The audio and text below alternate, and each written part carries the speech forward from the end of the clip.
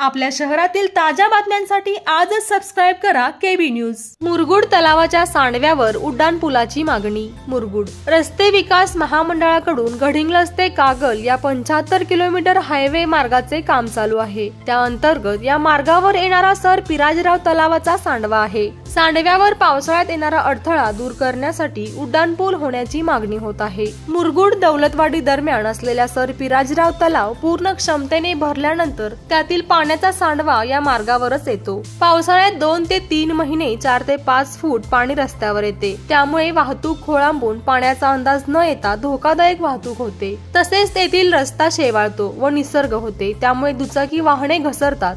वाहने घसरून अनेक अपघात होऊन त्यात अनेक जण जखमी होतात। या ठिकाणी 4 ते 5 उंचीचे पिलर टाकून पूल बांधल्यास या मार्गाने पावसाळ्यात वाहतूक सुरळीत होईल। पावसाळ्यात महापूर आल्यानंतर देवगड निपाणी मार्गावर शहराच्या दोन्ही बाजूने रस्त्यावर पाणी येऊन वाहतूक बंद राहते।